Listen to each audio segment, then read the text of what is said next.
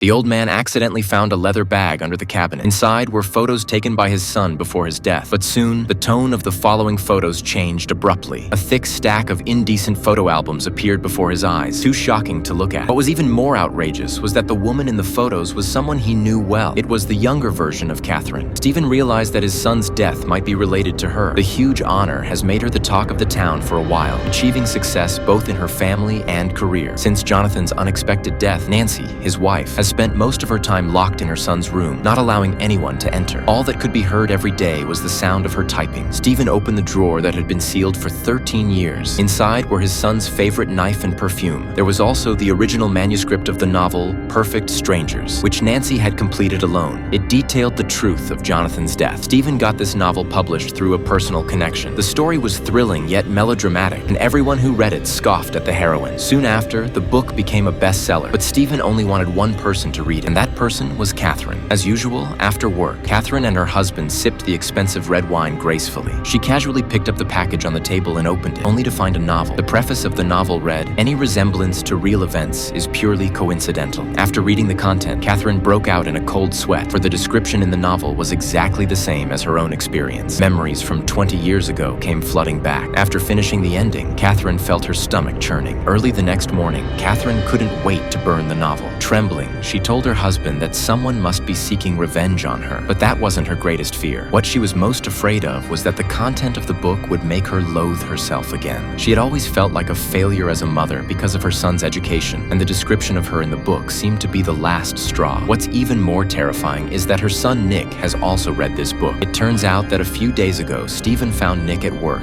and, posing as a customer, placed that novel on the front desk. Catherine was eager to know her son Nick's opinion of the female protagonist in the novel, but all her persistent questioning yielded this response. It's pretty enjoyable too. She deserves. Catherine felt dizzy and disoriented.